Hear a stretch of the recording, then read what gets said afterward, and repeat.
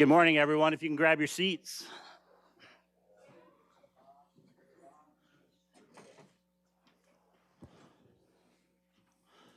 Good morning, good morning.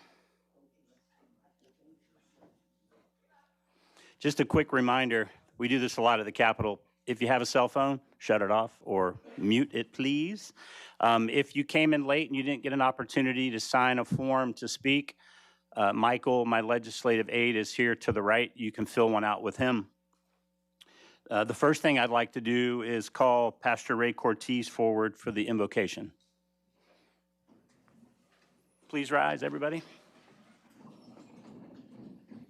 All right, let me invite you to bow your heads if you would. We'll pray together. Father, we join this morning, this day, and begin with just Thanksgiving. So I want to, before we bring our requests throughout the day, it might be good just to start and just give you a second or two to think about what you're thankful for. Give thanks. Thanks for our children. Thanks for our grandchildren. Even in a community, we thank you, dear God, for the recovery just a year ago, the devastating flood in our community and all the recovery that's happened, all the ways that you're good to us. We just want to start and acknowledge that and thank you. We pray now, we do pray for our nation. We're so thankful for our nation 250-year anniversary coming up, all the ways you've watched over our nation and kept us. You have been good to the United States of America. We do pray for the time in which we live. We pray for more temperate political rhetoric, more humility, more love, more conversation, less sanctimonious self-righteousness in our nation. We pray for our state. We pray for the challenges our state faces in growth and property taxes and education and the environment. So we need your help to be wise stewards of all the people that are flooding into the state of Florida. So we pray for wisdom and we pray for our Representative Grow that you'll guide him and direct him and that today will be a day filled with good ideas and good direction, and it'll be a fruitful day. We pray for our county commission. We pray for our school board. We pray for our local leaders. We all need it. Pray for pastors in our community, heads of school. We desperately need your help to do this job. We pray that you'd bless families. We pray that you would be with our leaders, even in the face of cranky constituents. You would give them patience and endurance, give them vision. And last of all, we pray for spiritual renewal, that more people might realize that you're God and experience your love in a way that would enable them to give it liberally to their neighbors. We don't deserve your blessing, but we so desperately need it, and we ask for it. In Jesus' name, amen. Amen. Thank you, Pastor. Yes, sir. So we have a special treat this morning. We have the Honor Guard Air Force Junior Officer Training Corps from Citrus High School. Please present the colors. Forward, march.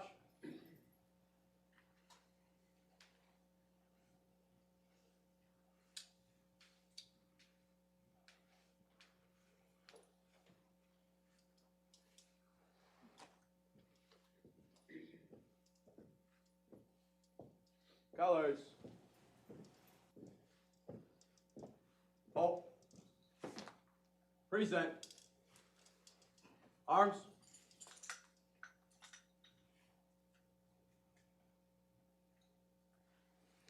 I'd like to call forward for the Pledge of Allegiance, Chief Calvin Adams. Please join me with our pledge. I pledge allegiance to the flag of the United States of America and to the republic for which it stands, one nation, under God, indivisible, with liberty and justice for all. Order. Arms. Colors. Colors turn. March.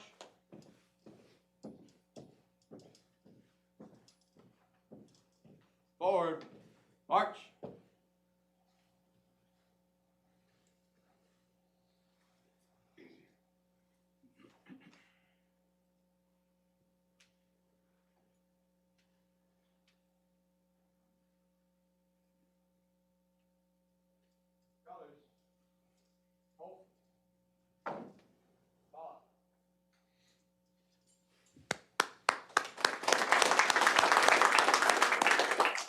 Please be seated. Good morning, everybody. Happy Halloween. I always thought when I was little I could dress up and pretend to be a county commissioner, so today's my day.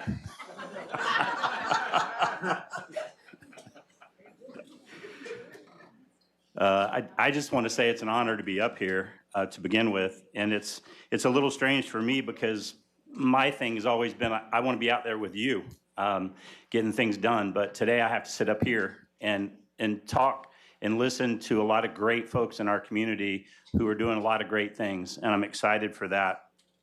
I'd like to introduce Don Faraday, my district aide. If you don't know Don, Don did everything to put this meeting together, and I appreciate that. Michael Shank, I believe we went outside, but he's my legislative aide, so he is my powerhouse in Tallahassee. So if you ever want to schedule a meeting, if you're going to be in Tallahassee, he would be the one to work with for that.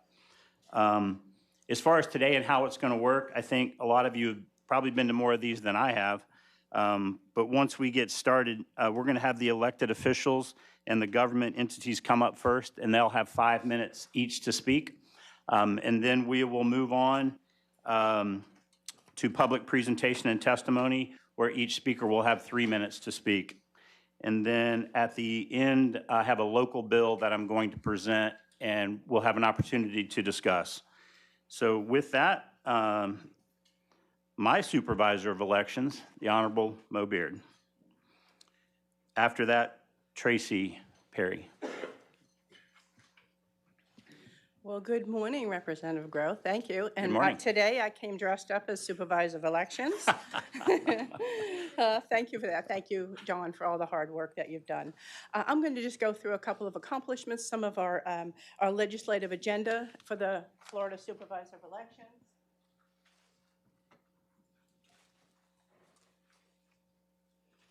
I'll just go through a few of those, Rep. Grow. And so thank you for allowing us to speak today. In 2024, we successfully ran 3 exceptional elections during the highly competitive 24 presidential election cycle. Despite the pressure of a crucial year, we were able to deliver secure, transparent elections to our county, which I'm so proud of my staff as well. They did such a great job. Our focus on continuous improvement remains paramount. With each election cycle, we are committed to upgrading and reevaluating our election processes, including our security, both physical and cyber. Some major points for 2025.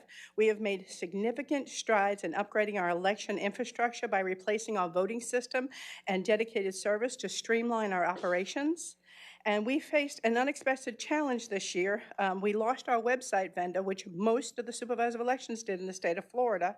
And however, we adapted quickly and successfully designed and launched a new website. And we went live on October 23rd, just a week or so ago. And so go visit our new site at votecitrus.gov. And as you know, we are called to administer the special elections here in Florida, and we have another special general on December the 9th. This is a very important election, and I know I'm preaching to the choir here, but we're voting in a new state senator who represents our entire county, so please help encourage our voters to get out and vote. Special elections are, you don't get much of a turnout on special elections, and they're extremely costly. We have spent millions of dollars in the state of Florida on special elections this year. In 2026, some of our legislative priorities that you have there, one is about getting with the Department of Highway Safety and Motor Vehicles. They have issued all new driver license numbers, and we use those numbers to verify our voter registration, our vote by mail request, and now on initiative petitions, which has been a big legislative change for us in our office.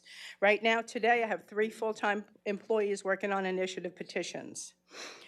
So it's important that we get with the driver's license and we have them share those IDs with us. And so that's a legislative priority for us.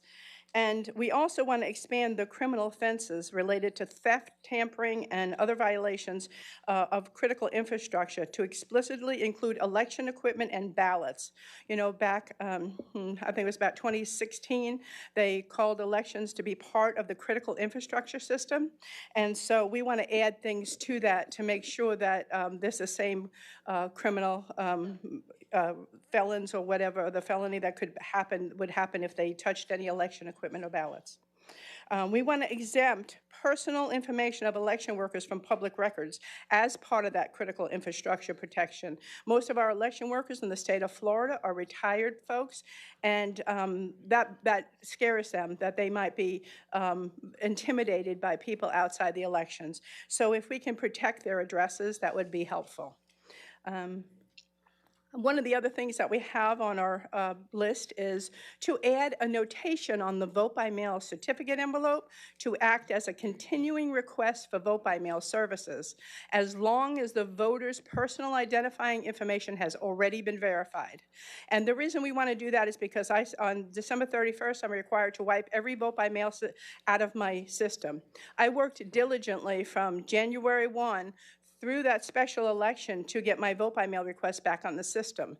And so I think yesterday we mailed out over 16,000 vote-by-mail ballots for the December election. And if we were able to get that information from the voter the prior cycle, we could reach out to them, and it would be much more helpful than us trying to reach them. And so that's one of our priorities. And there's more priorities on the list, but I'll leave those for you. One of our most urgent needs we face is securing federal election grants to improve election security. That is the only way we can take money and get money is by federal election grants. And these grants are essential to staying ahead of our evolving cyber threats and maintaining the integrity of our election systems. Our continued focus on election security is vital to preserving public trust and ensuring that every vote counts. Most of our security upgrades have come from federal election grants. Just on a final note, it's just important to remember that all elections are held in hurricane season. This is why we must remain diligent in practicing our cybersecurity protocols and emergency preparedness measures. We're always ready for the unexpected. When you have the opportunity, please come by my office so we could take a walk through, your staff, yourself, so you can see what kind of measures we have in place. Thank you so much today for, again, hearing our request, and I appreciate all that you do. No, and we appreciate what you do. I think Florida is probably a beacon We are. in this country as far as how we run elections, and I think no one does it any better than you do it here in Citrus County. Thank you. Thank you. I appreciate that. Have a great day. Thank you. Next up, the Honorable Tracy Perry, Clerk of Court.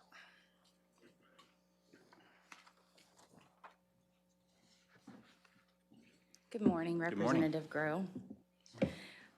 Thank you so much for your time today, and I just want to say thank you for the great job that you are doing in Tallahassee.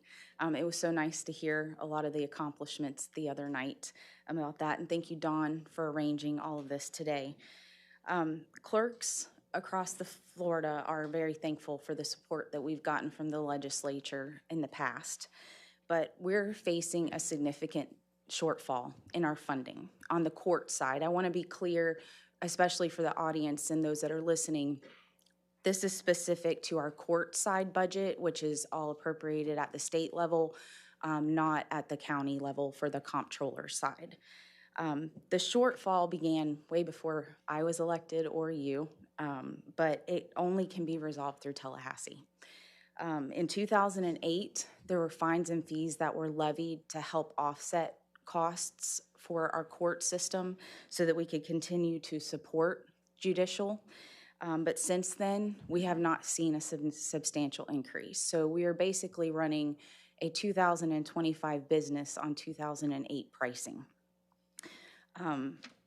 Statewide, clerks have a $75 million deficit, and it's growing.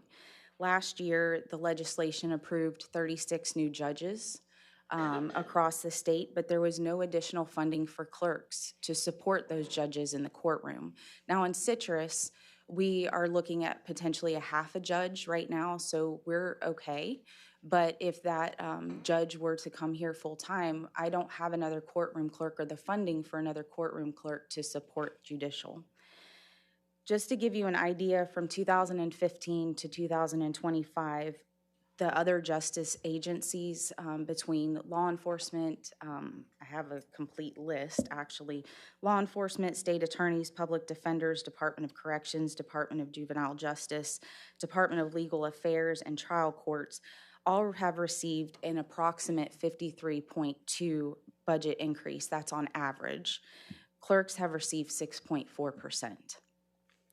In fiscal year 24, which just ended September 30th, we collected almost $853 million in fines and fees across the state and retained $468 million to be distributed to all clerks across the state. To give you a little bit of what the local impact is here in Citrus, the reason we've been able to sustain this is because we use our Modernization Trust Fund.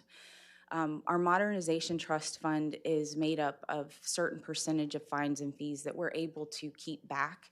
That's supposed to be what I call our savings account, so that if we need new court technology, a new case management system, new computers, hardware, anything technology related, that we use that money for that.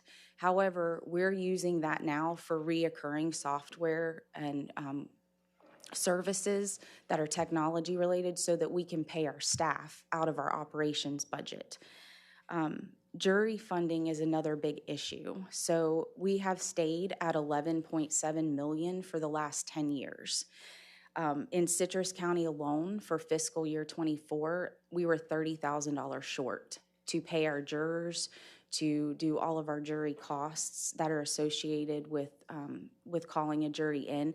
And we can't stop the judges or the courts from proceeding, right, with the due process.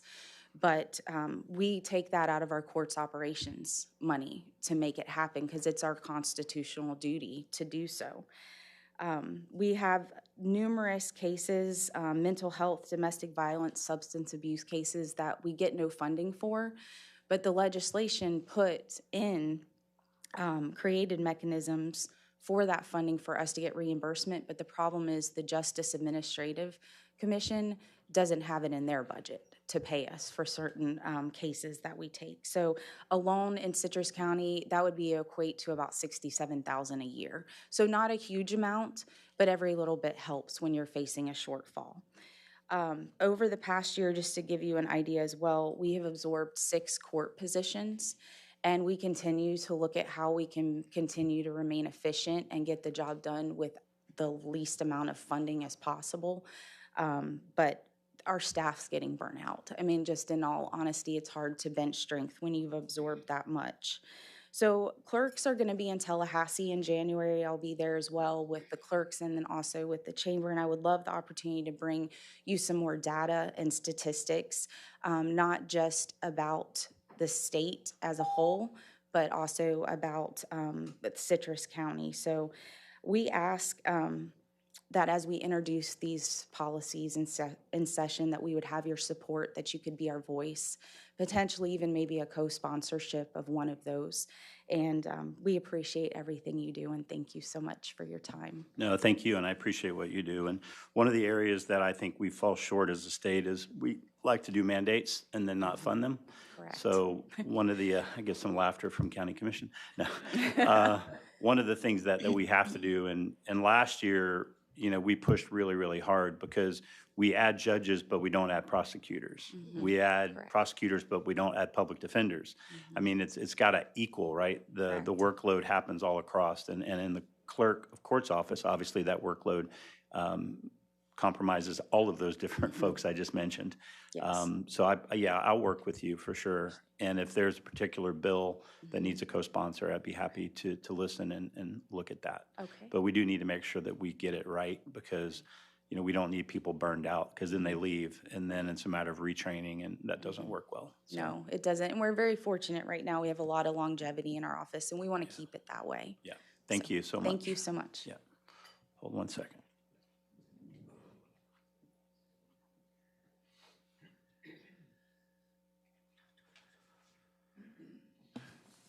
All right, next up, the Honorable Rebecca Blaise, County Commission Chairwoman.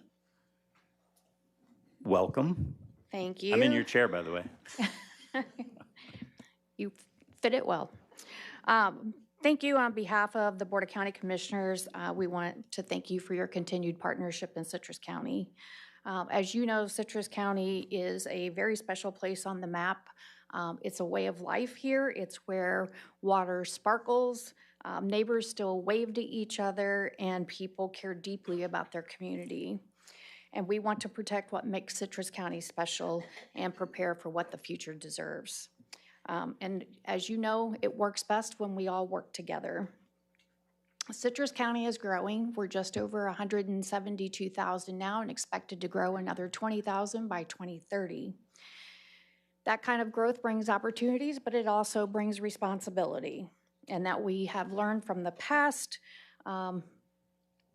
that we're determined to make those changes for the next 20,000 and do better than we did the past 20,000 in growth. That means growing smarter and protecting our environment and making sure that infrastructure keeps pace with our people. And we can't do that alone, and that's why our relationship and partnership with you and our delegation in Tallahassee is so important to us. Our legislative priorities are built on purpose, and when we talk about what our legislative priorities are, we're not just talking about projects, we're talking about why they matter and what they mean to the people in Citrus County. Our first ask is for the Floral City septic to sewer expansion. Water is who we are. Our county is identified by water, and it's the heart of everything in Citrus County.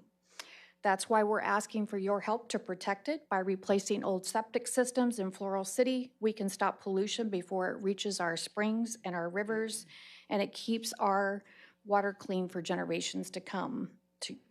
We're requesting a $7 million investment for the Floral City septic to sewer expansion.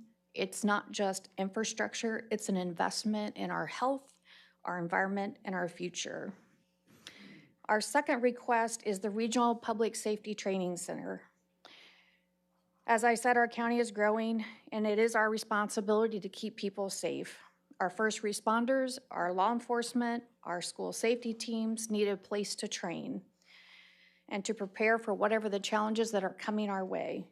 That's why we're asking for the funding to build a regional public safety training center in Citrus County. It will bring agencies together, improve conditions, and make our residents and our children protected by the best trained professionals in the state. Our third request is judicial and government space expansion.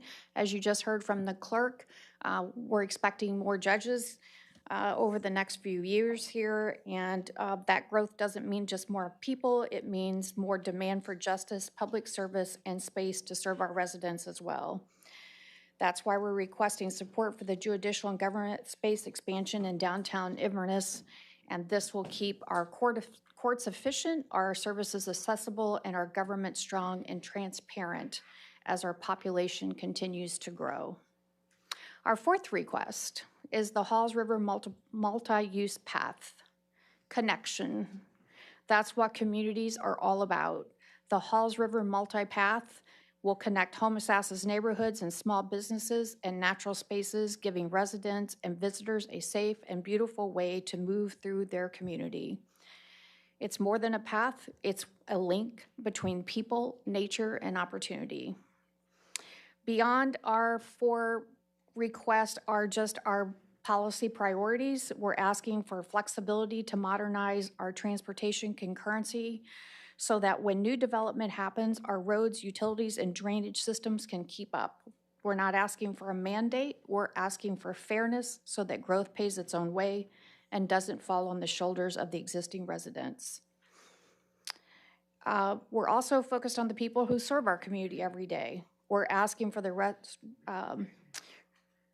restoration of the anonymous code enforcement complaints, the authorized body-worn cameras for our officers, the inclusion of code officers in the special risk retirement class, records exemptions for local officials, and the continued cyberspace grant funding to protect our public systems.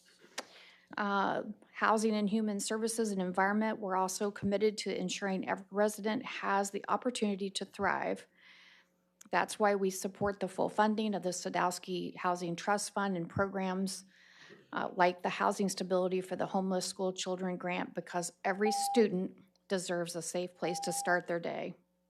In closing, Representative Gross, Citrus County residents are fortunate to have you fighting for them in Citrus County, in Tallahassee every day, for their prosperity, our quality of life, and for our future.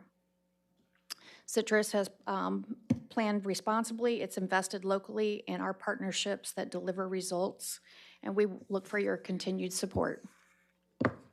Thank you so much.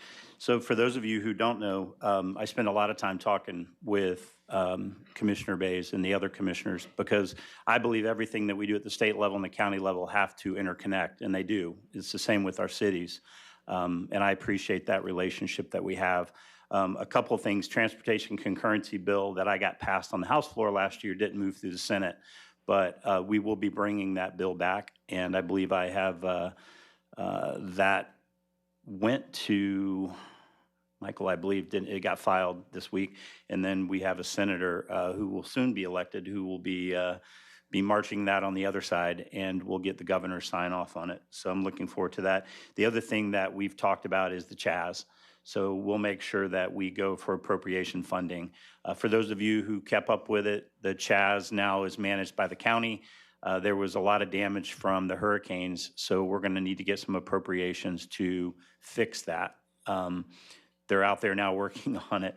I figured they could have fixed it by now, but it takes them 45 days just to give us an idea what it's going to cost to fix it. So we'll get there. But again, I appreciate the relationship with Steve Howard as well as the county commissioners. Thank you. Next up, Honorable Scott Hebert, Superintendent of Schools. Oh. And Sandy. Good morning, Representative Grow and Ms. Faraday. Thank you so much for having us here today. I'd like to start by congratulating you on being Legislator of the Year. I saw that on social media the other day, so congratulations for that award. I know it's well-deserved. And I also want to thank you for allowing our junior ROTC from Citrus High School to be able to come and present the colors today. It means a lot when we have our students involved in the work we're doing, because I think that's, for me, that's my focus of our kids. So on behalf of the entire school district, Chair of the School Board, Ms. Counts, I wanted to begin by thanking you, Representative Grow, and Senator Ingoglia for sponsoring, and former Senator Ingoglia for sponsoring and championing our legislative request in Tallahassee. It was because of your help that Citrus County Schools received all 4 of its legislative requests. And I just want to review a few of those so the audience understands kind of why we're proud of that work. So just over $1 million to expand the Academy of Health Careers at Christopher High School. The Academy has prepared students in CTE for over 30 years and offers 5 pathways: certified nursing assistant, biomedical technician, dental assistant, veterinary assistant, and finally the Phil Royal EMT pathway. And I invite you and your staff, if you have an opportunity to come out, we'd love to take you on a tour, show you the work we're doing and some of the expansions that are taking place, because we're very excited about the work that's happening and the career opportunities we're offering for our students in Citrus County schools. So I want to make sure to say that. Secondly, the hurricane and coastal mitigation. Last year, Citrus County schools endured 2 damaging hurricanes, and this money was a huge lifeline for us. And I'm thankful. I know it's not over yet, but keeping my fingers crossed for the next few weeks. Just very happy about that. Thirdly, I want to thank you for the funds for the initial planning of a public safety training annex that includes an indoor gun range. I'm going to circle back to that in a little bit because we've partnered with some other entities and want to discuss that with you. But we thank you for that initial kind of proposal that we were able to have to begin working on that. And finally, the 4th one is building our safety enhancements for the Academy of Environmental Science, especially the funds to help with the final repairs for the elevator. If you've not been out there, the elevator is an outdoor elevator and really needed some major repairs. And it's difficult to repair, but they've got it repaired. I actually got to go with Principal Hopper, and I said, I want to take a ride to make sure it works right. And it was great, works great if you ever want to take a ride on it. Now, it's not fast, but it'll give you a chance to see what it's like. But we appreciate that. It was very helpful for the Academy. So this current legislative session, the school district is not making any funding request. However, our board has written letters of support for both the city of Inverness and the Board of County Commission. These letters of support were officially voted on by our school board at the October 14th, 2025 school board.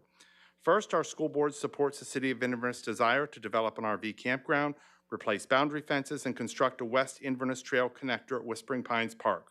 We feel these enhancements benefit our entire county and our school children. In fact, Inverness Middle School is within walking distance of Whispering Pines Park. Secondly, and this is the piece I'm circling back to, our school district, especially through the efforts of Mr. Chuck Dixon, has been working with the Citrus County Sheriff's Office under the leadership of Sheriff Vincent, our Citrus County Fire and Rescue under Chief Stevens, and members of Public Works from the Board of County Commission to begin to map out a possible regional training center that would serve as a centralized hub for advanced multidisciplinary training across all public safety sectors. So Representative Grow, I want to thank you again for hearing our request, and I would like to turn it over to Ms. Counts if she has any additional comments to share. I have a few additional comments.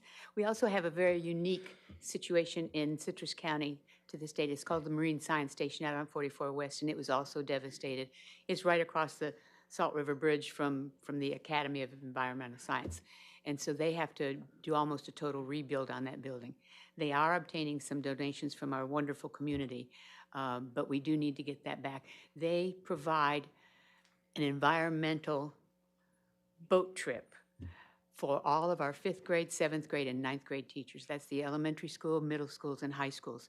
Get the chance to be out on our rivers and learn about the environment.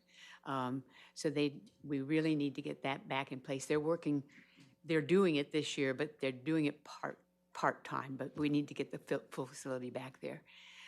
Last month, we had the pleasure of having Commissioner Wilton Simpson come to our Chamber of Commerce meeting, and he made several proposals for our wonderful teachers in our ag programs in our school.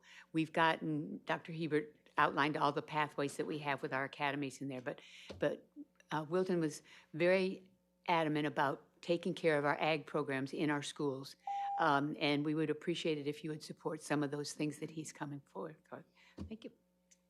Thank you again. Well, I think you know I love ag, so. I And I haven't been to the Marine Science Station since I was in 6th grade, but I tell you, we had a lot of fun when we were there. Dr. Hebert, Sandy, I appreciate everything that you guys do. Obviously, I had an opportunity to go to Inverness Primary School and Inverness Middle and Citrus High, so public education is really, really important, and I appreciate what you guys do, and I enjoy working with you. And this, folks, was another group that was always in Tallahassee, bringing students up to understand the process, but also advocating on behalf of you that live here, so thank you. Thank you. Next up, the Honorable Bob Plaisted, Mayor of Inverness, my hometown. Okay. Along with Eric Williams, Inverness City Manager. Thank you, Representative Go. On behalf of members of our city council that are sitting out here, we are going to have a little presentation for you and requests. Since our city manager, Mr. Eric Williams, we're both on the agenda, but we agree with each other on all of that, so we won't take any more of your time, and I'm just going to let City Manager Eric Williams present what we have to talk about. Thank you. Thank you. And on behalf of the mayor and the council, we enjoy being here. We appreciate the opportunity. What amazing times we are here in Citrus County. I think that the things that we'll talk about today from Inverness go beyond the walls of Inverness. One of the prefaces to this whole discussion is that, for a number of years, the focus has not been drawing things together. But today and over the last several years, and I can say with confidence this year especially, the governments and the public entities and the partnerships within Citrus County are stronger than they've ever been. And we come to you today first and foremost as a partner. We have presented to you a letter that outlines some of the things that we have felt passionate about, not just in specificity of singular projects, but in total of things that are facing the state legislature constantly. The city stands firmly to get your support on things like not eroding home rule, things within that like the CRA, our ability to be able to collect the necessary revenues that keep a functioning government in place that is a high tide, a small town done right, and a high quality of life, as Commissioner Blaise articulated here in our community. It's critical. It's very important. Environment, septic to sewer, the state has been an excellent partner with the city of Inverness and others in this community about bringing millions and millions of dollars to the forefront so that we can bring aging septic systems offline into a centralized sewer environment that does nothing but make a high tide for the whole community. We look at our transportation networks. Citrus County has been experiencing a wellspring of new traffic, and those are good and bad things at the same time, but a focus to your support as we look to those strategic intermodal systems of the state and funding there and for the Department of Transportation and valuable partnerships that we work every day with the staff of the state and your team to keep those things moving forward. Highway 41 North has been a priority for years, and we're seeing that come to life. But as we all know, as those projects materialize, there's always nuance, and being able to work with your support and the staff of the state in those various departments has been invaluable. I'll touch on our appropriations, which is an interesting word. We look at them as partnerships. Everything that we're bringing forward to you this year is something that either occurs directly on state property or touches state property in connection to other state property. Why is that important? Because we see that this is an investment not only by the community, but also the state in wanting to see this very valuable community resource known as Whispering Pines Park continue and be sustainable into the future. It's been a decades-long relationship with the state, and we are in the midst of renegotiating and working on that today in a process that's going to make it sustainable for years to come. But that cannot happen with just the local funding alone. We have to look at how we can partner in with you all as really the owner and have given us great trust to manage that facility through the decades. But with all things that you're hearing today, the cost of all these things is rising. We don't want to just burden the local people here because that park regionally serves many people beyond the walls of Citrus County. I can tell you with confidence that the City Council and the Mayor have great support for its partnerships here with folks like the County Commission, the City of Crystal River, the School Board, the Citrus County Chamber of Commerce. I want to end with this. We want to be part of that unifying voice. That speaks loudly. It echoes beyond in Tallahassee. That is an amazing thing to be able to stand here today and say that you're hearing from multiple agencies all saying we support one another. I can remember a time when that wasn't the case, but through your leadership and your ability to carry that message forward, we think that that's something that's really important as we walk this walk, because Citrus County, the city of Inverness, it is a high quality of life, but it's also a fragility. And if we're not careful, we will not end with the community that we all want to leave better than we found it. Anything that we can ever do to be supportive of your office and your initiatives, we look forward to being part of that. And again, we really appreciate the opportunity to be here today. Yeah, no, thank you, Eric, and I appreciate your leadership, and Mayor, you as well. And you're right, it's a partnership, and listen, I'm not going to sit up here and say I can go back to the state and get everything we need, because we all know that that's not true, right, Sarah? But I think what the city is doing, and listen, City of Inverness never is an over ask. I can promise you. They always work hard to make sure there's alternatives, whether there's grants or working with DOT, just like the county. We just need to make sure we continue doing that. And again, I'll work hard to support you guys in Tallahassee. Thank you. We greatly appreciate it, Representative Grove. Thank you. Thank you. Next up, Audra Kurtz, the City Manager of Crystal River. We're going from lakes to manatees. We are going from lakes to manatees. Mayor Meeks sends his regards. He was unable to be here today. I wish he was here because I would have preferred he present all of this, but I am here today to do my best to present on behalf of the mayor and council some of the things that they're most grateful for, as well as some of our upcoming appropriations requests, and hope You've supported us so much in the past. We were looking back to last year. You helped us get funding for our seawall at Hunter Springs, which is going to prevent further degradation of that spring. We have so many beautiful natural resources in Crystal River, and we are working so hard to protect them. The legislature awarded $5 million last year to Save Crystal River to help us with our sedimentation removal efforts and restoring Kings Bay. Those things are so important to our community, and we are so appreciative that you are in support of them, as well as the Crystal Memorial Garden Cemetery, a very historical cemetery. You as legislators went to bat for our cemetery to allow that restoration to occur, and that is just beyond appreciated by certain members of our community. Those historical assets have been neglected over time, and it's wonderful that we're able to help restore that, so we are most appreciative. This year, we're looking at 3 potential asks. We've worked with our, obviously, legislative liaison to develop this. One, obviously, everyone is very familiar with. During 2023, the city experienced the devastating effects of Hurricane Idalia, during which its City Hall facility completely flooded again. Our city and law enforcement operations were moved to the Chamber of Commerce. We were so thankful to them for providing us temporary space. And now we remain in rented space, and we're very grateful. We found semi-permanent space for the next few years, and we're still grateful to the Chamber of Commerce because they're providing us space for all of our public meetings. And without them, we don't know how we would be able to function as a government for our citizens. What we're asking this year is, because of the repetitive flooding, we flooded so many times now. The no-name storm of 23, Hurricane Hermine in 2016, 24 in Idalia, 23 in Idalia, and 24 again in Helene. Luckily, we weren't in it this time. So this time, there was not a complete clean out and restoration all over again. We never made it back in there to begin with.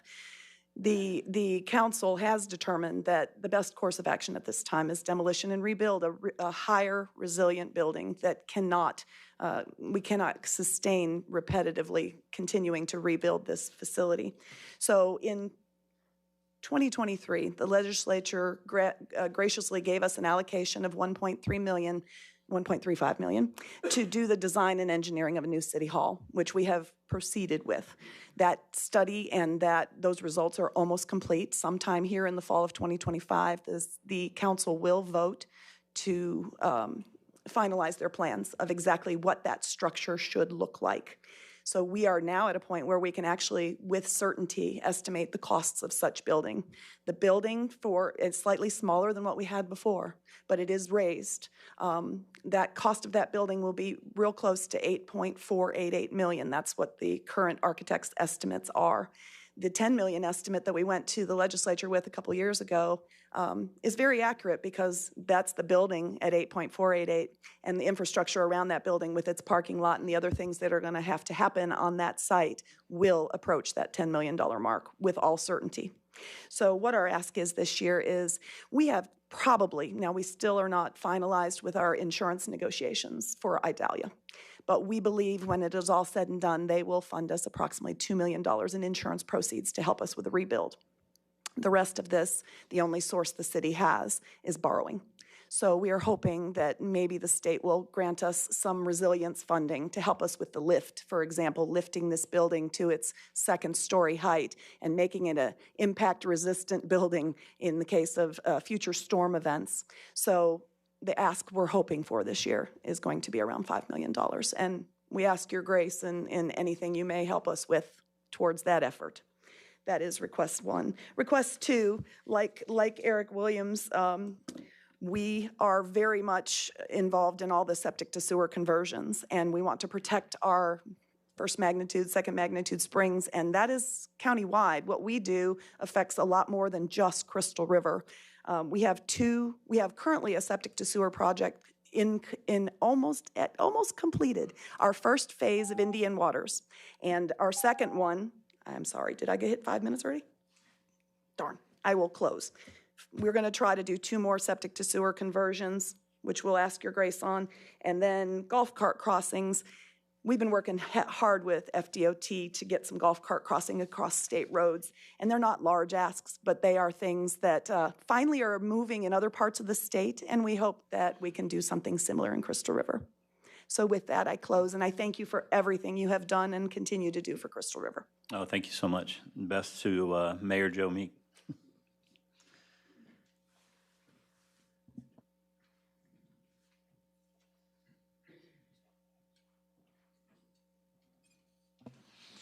All right, we're going to move to public presentation and testimony. So under this, we got a 3-minute time limit. First up is my friend Gene McGee with Livestream.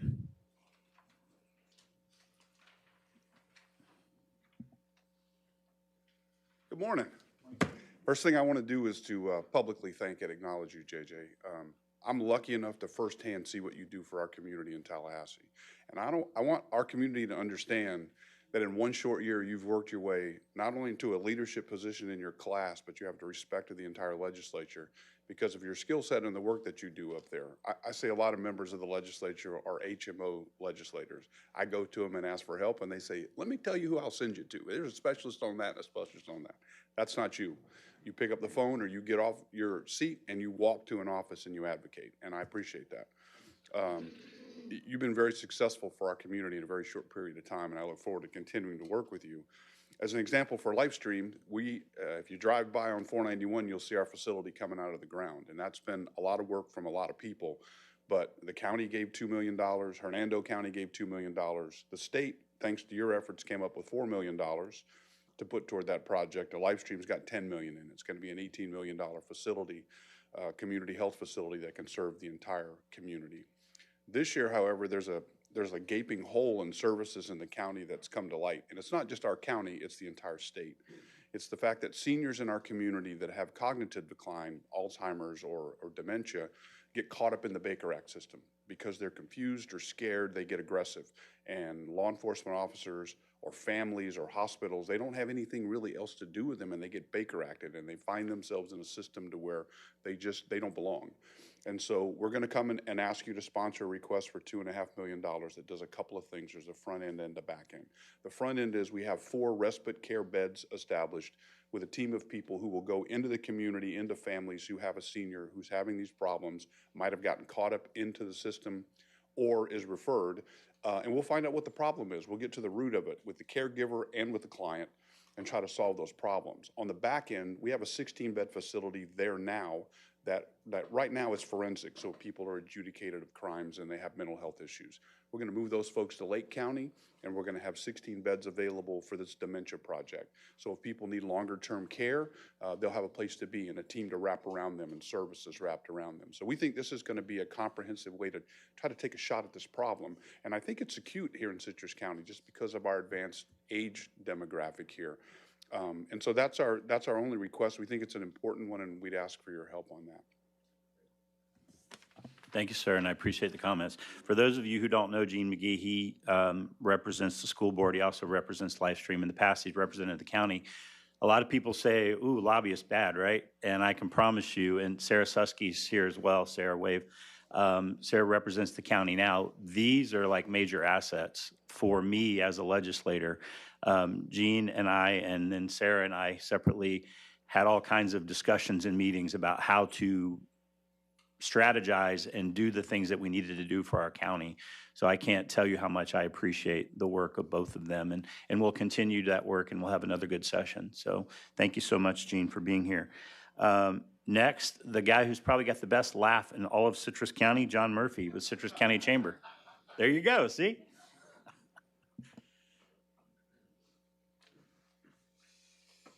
Representative Groh, thank you so much. I just want to start by pausing with what Ray Cortez said. Thank you. Thank you for what you do, and to Dawn and to Michael. These guys are your constituent services, and they are rock solid and always available, and we certainly appreciate the heck out of that.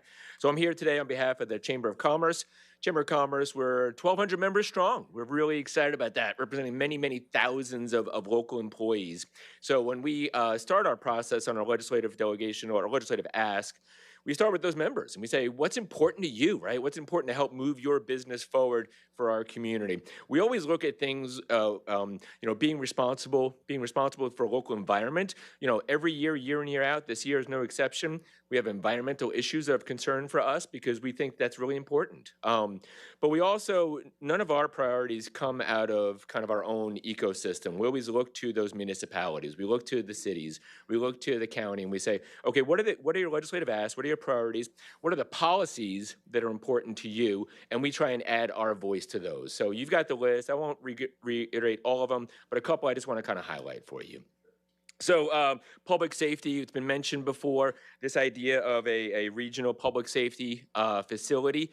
What we love about it, I think Eric hit it out of the park when he said it's just, we've got a community that is got multiple agencies looking at a single project here, right? We got the school board that already owns the property. We have the county wanting to get in on it. And then we have this opportunity for interlocal agreements for, Marion County or Hernando County Sheriff to use that indoor range, that sort of thing. The idea that we have all these multiple organizations trying to really leverage, their time and their talent and their treasure for this one project is phenomenal for us.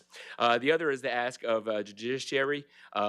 We appreciate the state coming down and giving us more judges and such, but from that, there's a big space needs kind of concern for our community. And so we're trying to deal with that as a community as the byproduct of that additional resource being given to our community, but if the state, the county has an ask for a space needs study, and we think that that's important because it is somewhat a byproduct of our growth and the state's recognition of that for sure. Water quality is always an issue for us. You heard the county talking about the septic and sewer project down in Florida City. We're huge advocates of that because we see that not only is it going to effectively deal with the water quality of that community, we have opportunity for commercial hookup. We've got the school system that can come on board. We've got commercial opportunity for hookup and getting those people off of septic, and that's critically important to the Lakes region. The lakes are near and dear to my heart, being an Inverness boy, but we want to make sure that those waters on the east side of the county are being paid attention to for sure.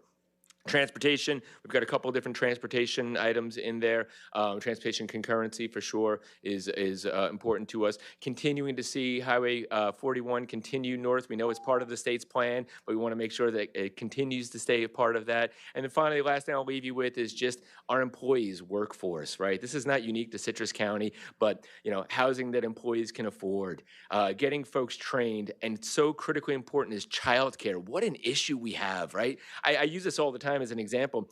If you work at one of the hospitals, you work off hours, I don't have a clue how you have childcare, right? If you don't have a support service of local family members around you, that's a challenge for you for sure. So any of those legislations, any of those policies that come through that might have positive impact in those areas, we just ask you to give consideration to those. Yeah, thank you, John. And listen, I appreciate what the chamber does. I think for those of you who are around the chamber, they're a big voice. And the Florida Chamber in Tallahassee is probably one of the most powerful voices. Yeah. One of the things we were able to finalize and get done last session was to eliminate the commercial tax on rental property. That's $900 million a year now that doesn't go to Tallahassee, that stays with business owners who can hire people, buy new equipment, expand their businesses. And the chamber was a big piece of that, getting it done. So thank you so much. It was your class, though, that put it across the finish line, so thank you for that. Thank you. Thank you, John. Next up, we got Melissa Baumeister with Jesse's Place, Citrus County Child Advocacy Center. Good morning. Good morning. Good morning. I want to start just reiterating what everyone says. Thank you. Thank you for your time this morning. Thank you, Representative Grove, for listening to your constituents. And thank you, Dawn, for all of your work and all of the personal assistance you give to me. It is much appreciated. I do have this that I want to give to you.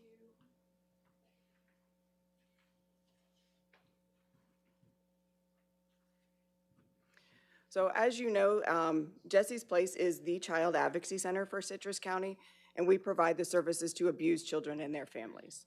We have advocacy services, mental health therapy program, along with pretty robust outreach and prevention programs.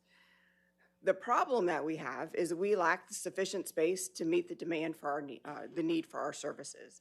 Even with the additional rental space that we have in Inverness, our current wait list is 29 kids. That means there's 29 kids who are waiting for therapy, and trauma intervention to deal with, the trauma and the lasting impact of abuse. And that's what keeps me up at night, right? How do I meet that need? But we literally have no office space that is not double or tripled up. I have no place to put them. I have no place to hire new therapists to give them office space to treat these children. So last year we were able to secure a 50-year lease from the county for our current facility, and you secured for us $200,000 to begin our design and planning for a 7,500 square foot expansion of our current building. So what I provided you is a very preliminary plan of where that additional 7,500 square feet will go for our current facility. What I'm asking this year is for $1.5 million to begin the construction of that designed plan.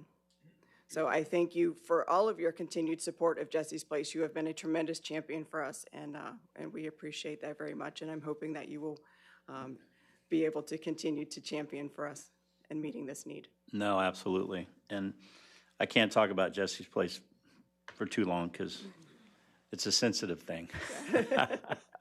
I understood. But my wife sitting here on the front row sits on the board, and, Jesse's Place is really, really important. It's sad.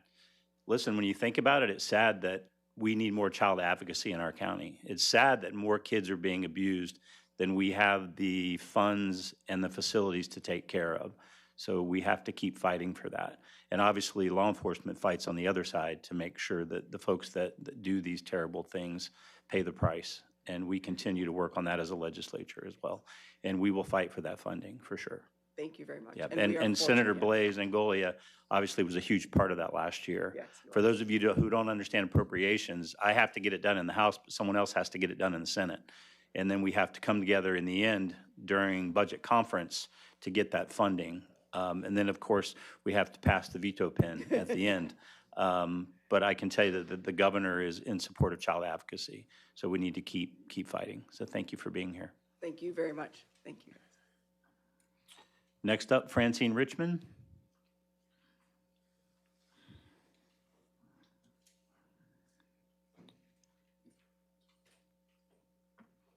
Is Francine here?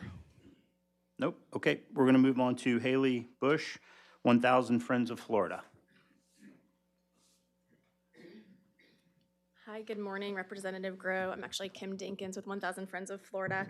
Thanks for letting me speak with you here today. We are a nonprofit, nonpartisan smart growth advocacy group that works throughout the state. And I just want to take a point of personal privilege to thank you for your recent letter holding DEP accountable for the railroad grinding site permit in Denellen. Water quality is important to 1,000 Friends of Florida and always has been, and so holding that agency accountable is extremely important. Our priority this session is asking you to repeal sections 18 and 28 of Senate Bill 180, which hamstrings local governments from passing any more restrictive or burdensome regulations now or a year after any future storm without actually defining what those more restrictive or burdensome regulations would be. Counties like Citrus need to be able to respond to growth pressures, environmental issues, and resilience improvements in real time. They've done such a great job here in Citrus County to be proactive, and not being able to respond to future storms when a current storm hits is a hindrance. We also ask that you reject any proposals that would further erode the local ability to plan for growth. And we also support full funding for Florida Forever. We're concerned about efforts to undo significant advancements in land purchases and efforts to circumvent surplus lands policies that are already in place. With that, I want to thank you for your service. We look forward to working with you this session. No, thank you very much. Obviously, conservation is a huge agenda item for me, and we'll continue to fight that fight. Next up, Marnie Ward, 4H. Marnie works for IFAS. She's our extension person here in Citrus County, and my neighbor. And that is true. Thank you for letting us come this morning and share a little bit about us. And thank you for doing what you do for our young people here in Citrus County. I I want to begin by telling you that 4-H is and many of you know this, 4-H is a joint program between the University of Florida's Institute of Food and Agricultural Sciences and counties across our state and our country. And here in Citrus County, 4-H grows relationships and infrastructure to support a vital, dynamic, and responsive program for young people. We offer programs to youth 5 to 18 years old through 4-H clubs, school programs, workshops, camps, and day programs. But the future requires a workforce that has a variety of technical and business skills. 4-H is developing those programs and the resources to reach youth in our community to ensure that they have access and tools for success into the future. With our partnerships with the College of Central Florida, the Citrus County School Board, Florida Farm Bureau, many, many local businesses, we are able to make these programs happen here in our community. And I'm going to step aside and give you the opportunity to hear from two of our 4-H'ers today. Good morning. My name is Liliana. I've been a member of 4-H for about 6 years now, and I moved here during COVID, and 4-H allowed me to meet a lot of new people and grow. And the 4-H motto is making the best better, and I truly believe it's done that for me. Thank you. Hi, my name is Hope Hill. I'm 14. I've been in 4-H for 6 years now. I'm a member of Dragon Lace 4-H. I'm also the county council treasurer and the vice president of my club.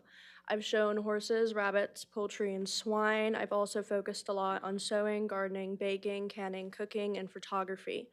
All I have learned through the multiple opportunities that 4-H gives me.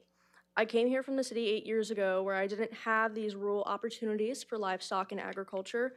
The things I've learned in 4-H have helped me reduce my carbon footprint by teaching me how to use the things I already have.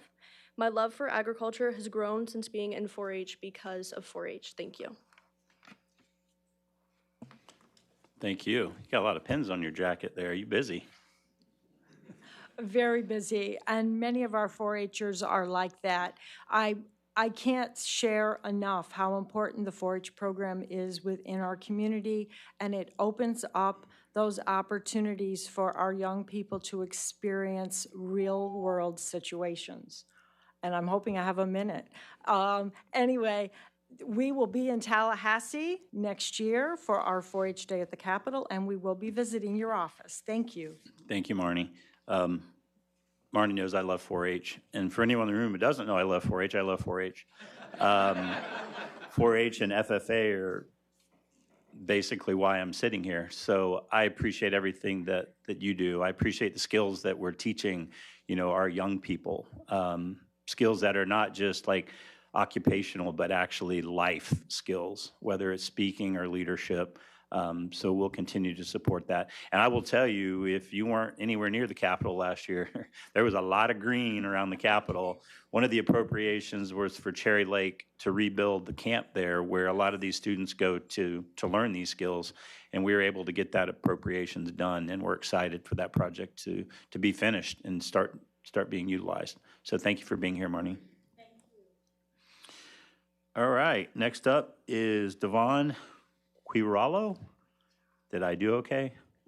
You did great. It's cute. Sierra Club. Quirallo. Quirallo. Yeah, and thank you so much for being here. We appreciate seeing you and being able to talk to you. My name is Devon Quirallo. I speak for the supporters and members of the Sierra Club Adventure Coast here in Citrus County in Hernando. I want to say right now there's no more important time in Florida's history than now to protect our lands and waters and to encourage sustainability and clean energy to ensure healthy communities and a strong economy. Thank you for passing broadly supported legislation providing lasting protection for our state parks last year.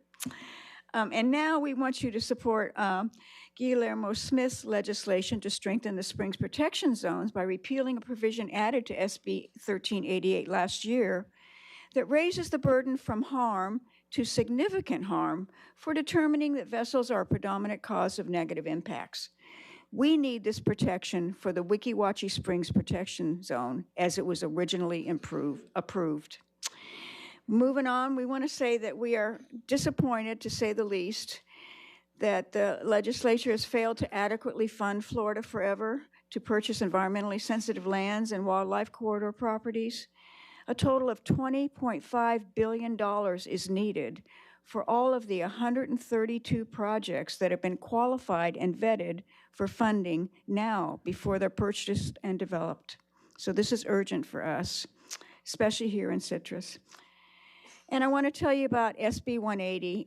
Please repeal or amend this legislation because it effectively freezes Florida's land use planning system. It is broad and vague. More restrictive or burdensome is undefined. Virtually any new standard can be challenged. It encourages litigation by giving anyone standing and rewarding attorney fees and has a chilling effect on local government efforts for fear of lawsuits. It threatens public safety by preventing communities from adopting stronger standards to reduce storm damage, improve resiliency, and protect the environment. The economic impact will be higher rebuilding costs and flood insurance premiums and weakened long-term planning. None of this qualifies as good hurricane preparedness. Two more things. I'd ask you to reform the Public Service Commission by revising the membership to provide public accountability and require an annual report to the governor and the legislature. And reform the Fish and Wildlife Commission that recently ignored their constituents and sound science by approving a bear hunt in Florida. Please revise the membership to provide a public accountability on this.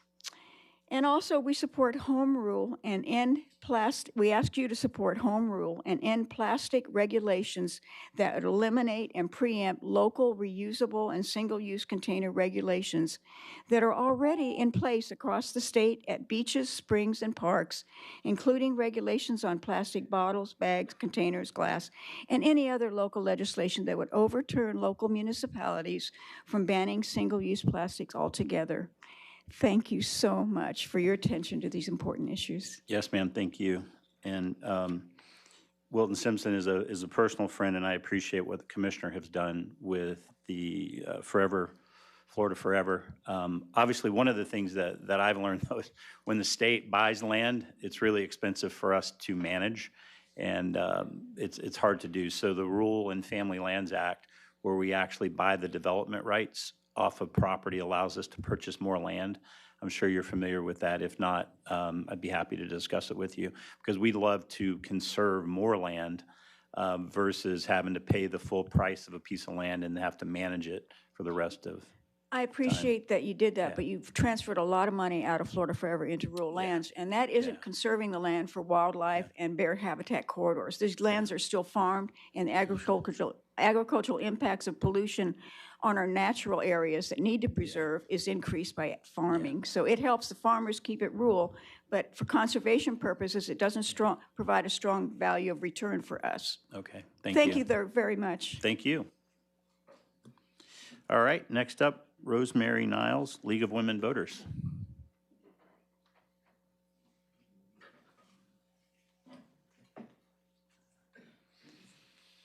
Good morning, Good morning. Representative Grow and staff. Congratulations on your recent award. My name is Rosemary Niles. I'm representing the League of Women Voters of Citrus County and of Florida. We are a nonpartisan political organization. For over 100 years, the League has worked to empower voters and defend democracy. Our main focus is voting in elections. For the upcoming legislative session, we have 4 asks.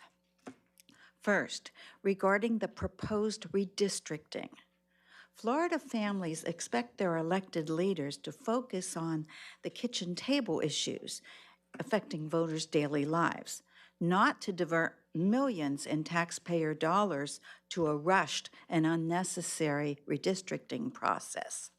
Partisan gerrymandering is unconstitutional by the Florida Constitution. In 2010, Floridians overwhelmingly passed the Fair Districts amendments to the Florida Constitution. They sent a clear message to elected officials in Florida. District maps should be drawn fairly. maps must not be drawn with the intent to favor or disfavor any political party or incumbent. Redrawing the congressional districts in the middle of the decade on partisan grounds without new census data defies the will of the people of Florida and undermines our state constitution. So we ask that you say no to mid-decade redistricting. The next thing is also a no. We want you to protect Floridians' rights to have their voices heard. So we don't want you to pass any bills that would make it harder to vote or register to vote. Citizens do have a right to vote unless they somehow lose that right through crime. We urge legislators to respect that right by saying no to any effort to make voting harder or more onerous. Third, this is an ask to do, fully fund the elections administration to ensure a secure and fair elections process. As Ms. Baird said, please ensure that our local supervisors of elections and the Secretary of State have the resources they need to maintain the fair, secure, efficient elections that we've come to depend on in Florida. Now, our fourth request is related to the League's ongoing support for public education as foundational to a democratic society. Public schools are open to every student, regardless of need or circumstance. They remain transparent and accountable to taxpayers, so we urge you to fully fund our public schools. However, where vouchers are involved, there is little to no accountability or transparency. Oh, time's up. Okay, we would just ask that you support legislation that would increase public accountability for voucher schools, increase transparency to taxpayers, and ensure that funding follows the student wherever they are if they transfer back to a public school. We thank you for your service and your support. Thank you. Next up, Mid-Florida Homeless Coalition. Oh, thank you. Barbara Vendito. Barbara here?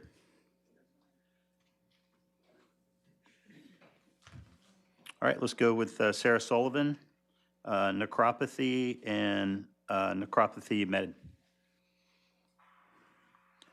Sarah, she must be out celebrating Halloween. Dr. Christine Cofield, CEO of LSF Health Systems. Thank you. Yes, ma'am. Good morning. Thank you so much for your time and your service, Representative Grow, and hello to you, Don.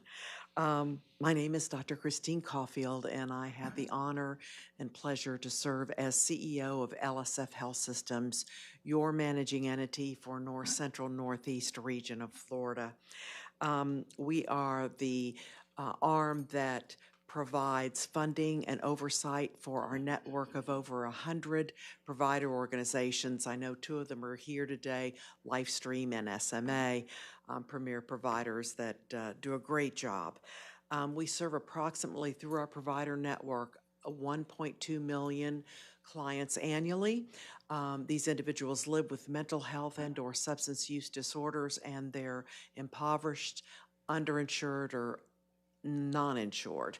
And so we serve as a safety net system for the state of Florida for individuals with behavioral health care issues. We are still, unfortunately, as a nation, as a state, experiencing a mental health crisis. We have 1,000 new residents coming in every day to the state of Florida, and with that brings individuals with issues as well. We thank you so much for the funding that we've received, especially the last several years. We need continued funding to meet the demands. We also request flexible funding. Oftentimes our funding comes in very prescribed, as we call, buckets, and oftentimes we're not able to shift that funding that, for whatever reason, is not needed to issues and programs that are needed so that we can reach the greatest needs. So more flexible funding in the funding that we do receive. We ask for your support also for the managing entity model. It truly is community-based. We serve 23 counties.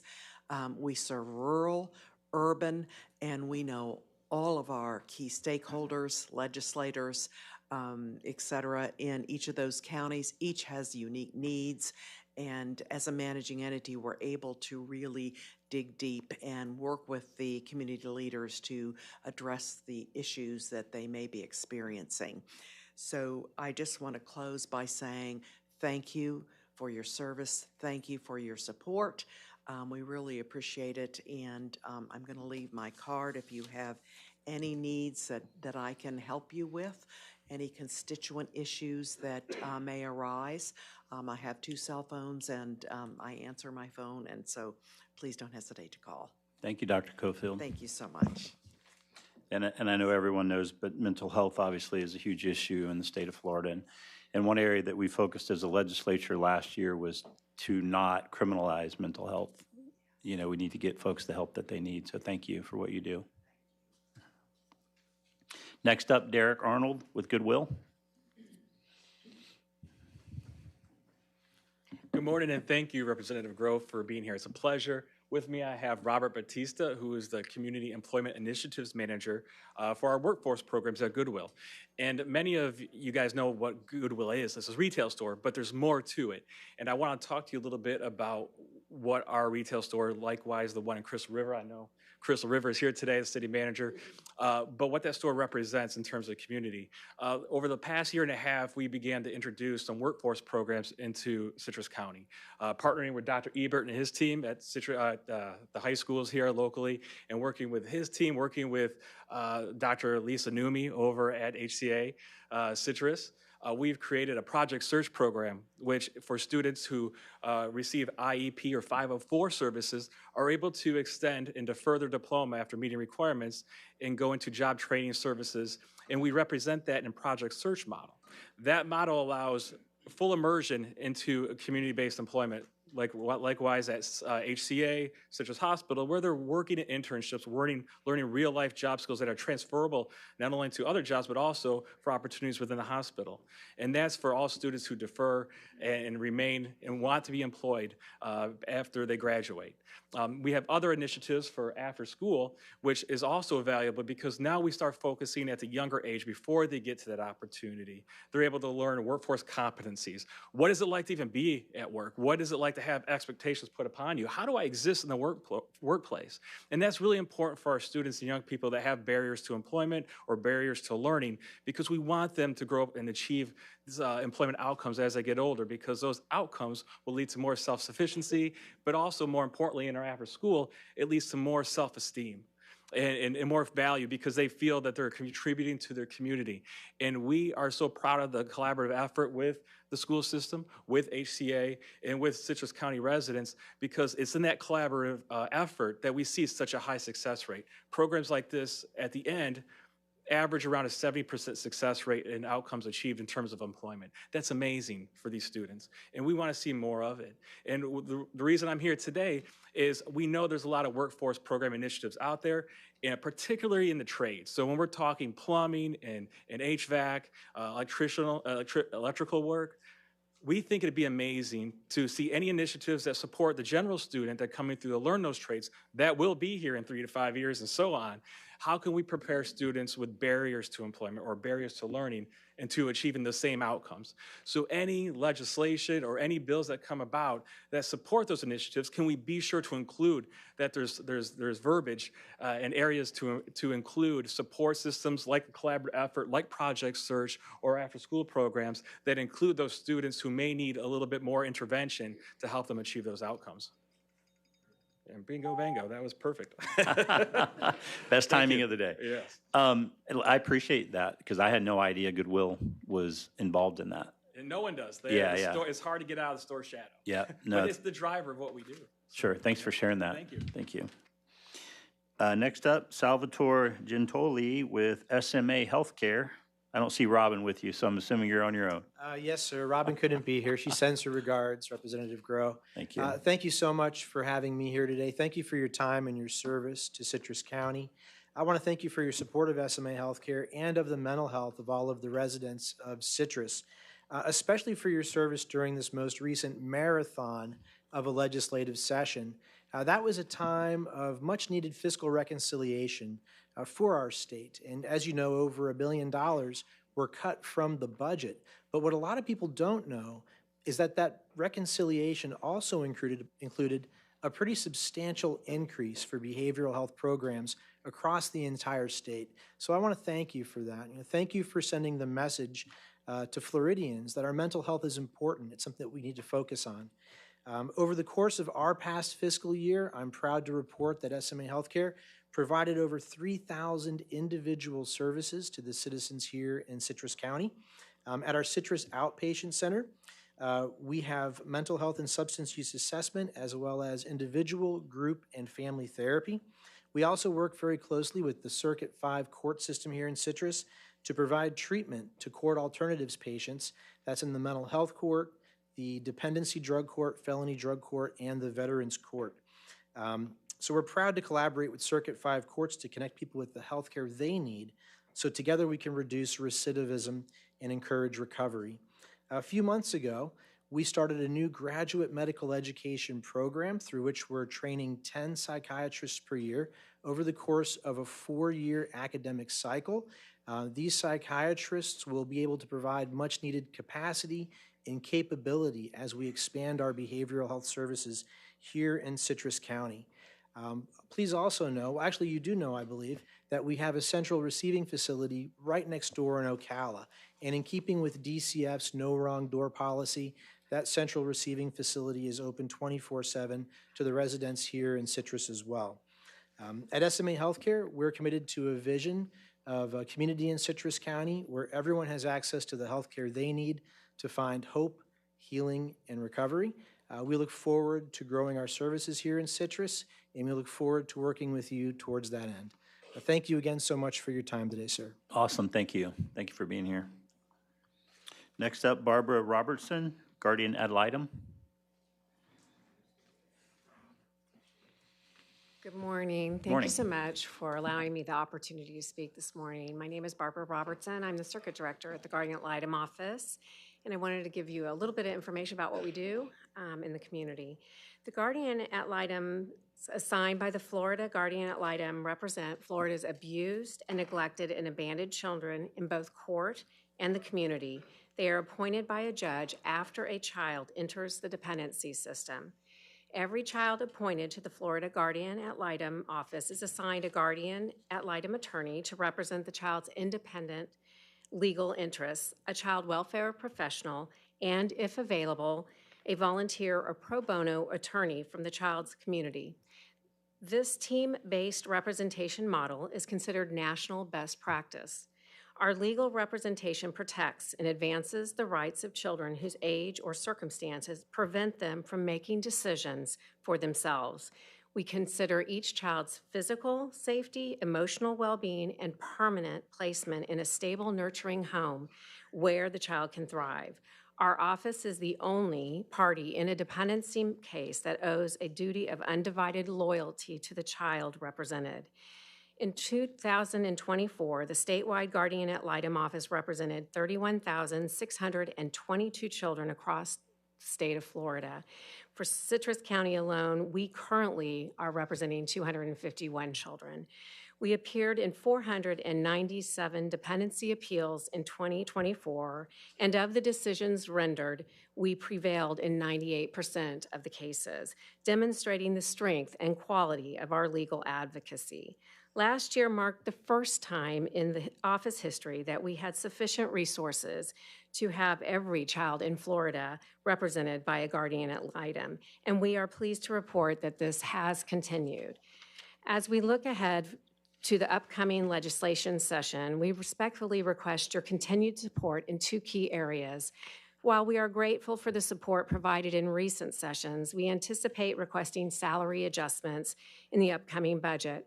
Our staff salaries have not kept pace with those at comparable state agencies, and we are increasingly challenged by staff being recruited elsewhere. We are doing everything possible to retain experienced, mission-driven professionals and continue delivering high-quality legal representation to Florida's children. We will also seek increased budget authority to allow our office to draw down additional federal Title IV funds. This would help offset state costs and ensure we are maximizing available federal resources to support our ongoing work. We are deeply grateful for the Florida Legislature's ongoing commitment to the mission of the Florida Guardian Ad Litem Office. Your leadership and policy decisions have shown that representing the legal interests of children in the dependency system is a clear priority for our state. We look forward to working with you in the year ahead to ensure that every child we serve has a strong, dependable team in their corner, both in the courtroom and in the community. So thank you so much. Yeah, thank you, Ms. Robertson. I appreciate what the Guardian Ad Litems do. I really do. Anyone who's had experience with them, I mean, they are there about protecting the children. So thank you. Thank you so much. We appreciate it. Next up, Linda Voronich with the Florida National Order for Women. Good morning. I would like to correct, it's the National Organization for Women. Okay. Gotcha.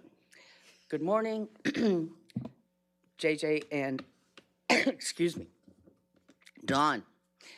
I'm here to demand that Florida protects our rights, our families, and our futures. First, repeal the 6-week abortion ban. It's a cruel law that denies bodily autonomy and endangers lives. Reproductive freedom is a cornerstone of equality.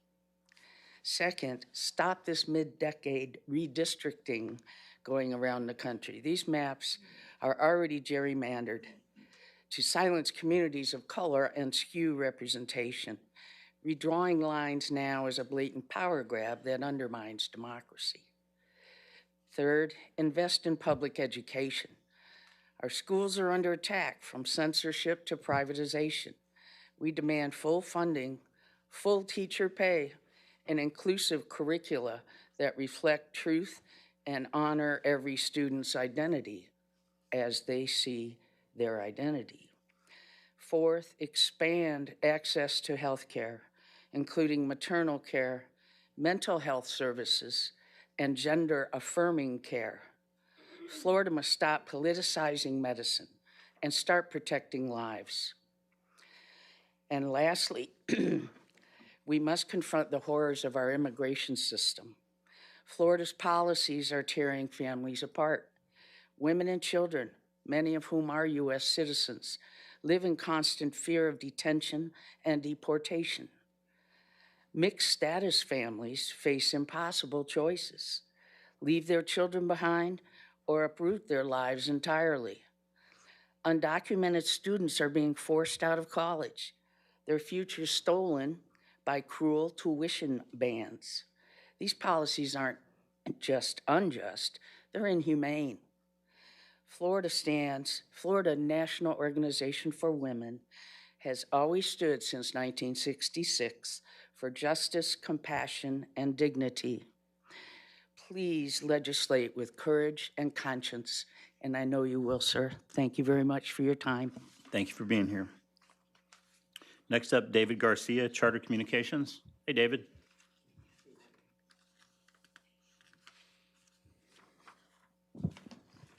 Sorry, I gotta adjust this a little bit. Good morning, Representative Grow. I'm happy to be here today. Mine's going to be short and sweet for you because I don't really have anything to ask of you. Just wanted to say thank you. So once again, my name is David Garcia. I oversee local government affairs for Spectrum by Charter Communications in Florida's West region. And as I mentioned before, I wanted to start with gratitude for your commitment to expanding broadband access to all Citrus County and Florida residents. State initiatives like the Broadband Opportunity Program and Infrastructure Program have empowered Spectrum to connect thousands of Floridians and small businesses to high-speed internet, TV, voice, and mobile services. Second, I want to thank you for your focus on practical, common-sense solutions that have made this access for your constituents possible. The passage of HB 703 is a prime example of that. By addressing the costly and unpredictable burden of forced utility relocations, the legislature has empowered our industry to provide improved planning timelines and has created stronger collaboration with state and local partners. Thank you again for your leadership, your meaningful investments, and your thoughtful policymaking. Your work is helping more Floridians get connected and stay connected. I wish you a successful session, sir, and we look forward to our continuing partnership in Tallahassee this session. Awesome. Thank you, David. Thank you for your time. Appreciate it. Next up, Ms. Maxine Connor, Springs Restoration Funding. Welcome, Ms. Maxine. Thank you, sir. Welcome to you. I'm speaking today on behalf of the Florida Springs Council, the only agency or organization in Florida devoted to exclusively protect our springs. Please increase our springs restoration funding. With nearly 90% of outstanding Florida springs impaired by nitrogen pollution and spring flow continuing to decline across the state, our springs desperately need Florida legislators to increase springs restoration funding. Springs restoration is typically funded at $50 million each year, which is the minimum amount allowable under Florida statutes. This is insufficient to even slow the degradation of our springs. To restore Florida's springs, maintain healthy wildlife habitats, and keep our water clean, we need the Florida Legislature to allocate a minimum of $150 million to springs restoration in the 2026 Florida budget. Without increased funding, we will see negative impacts to our natural areas, wildlife, local economies, and recreational opportunities. Senate Bill 180, it was passed during the 2002-5 legislative session, as we all know, and sold as a disaster relief bill. But however, developers are using language that was snuck into the bill at the last minute to threaten local governments' land use regulations. SB 180 puts local smart growth planning at risk, stripping communities of home rule and weakening protections for our natural resources in favor of increased development and sprawl. We're urging local governments to fight for their comprehensive plans, rural boundaries, and land use regulations, and we're asking our state representatives and senators to repeal Chapter 252.422 FS, which is Section 18, and Section 28 of SB 180 during the next session. In regard to plastic regulations, for the last 2 years, conservation advocates have come together to defeat industry-backed legislation that would eliminate and preempt local reusable and single-use container regulations that are already in place across the state, including at beaches, springs, and county and state parks. This includes regulations on plastic bottles and bags, styrofoam, containers, and glass, and the like. This year, we're asking you to stand firm in support of home rule and support legislation that allows governments to keep trash out of our waterways, ensures our parks are clean and safe, and safeguard regulations that are already in place. Thank you for hosting this forum. And on a personal note, I want to thank you for being our representative and for quickly working to save the Chassahowick campground. That was astounding and wonderful. So, and I also want to thank your great staff. Thank you, Ms. Maxine. For those of you that don't know, this young lady here does a lot for our waterways in Citrus County and for our springs, and thank you for that. I'm fortunate that I think I'm the only rep in the Florida House that has 4 first magnitude springs in my district. So we take springs as very serious, so thank you. Thank you. I trust you to safeguard them. Thank you. Next up, Dr. Mark Fallows, Citrus County Hospital Board. You don't look like Mark Fallows. So I can pretend you're judge. Dr. Fallows is been called to surgery and is he's not under the anesthesia, but he is administering it. All right. So good morning. I want to say thank you, first of all. I know in 2009, when we embarked on our mission, the hospital board, through the leadership of Charlie Dean, and at that time, I look to your left. That lady has been here since the get-go. There's very few people that have the corporate history that some of us have in this community.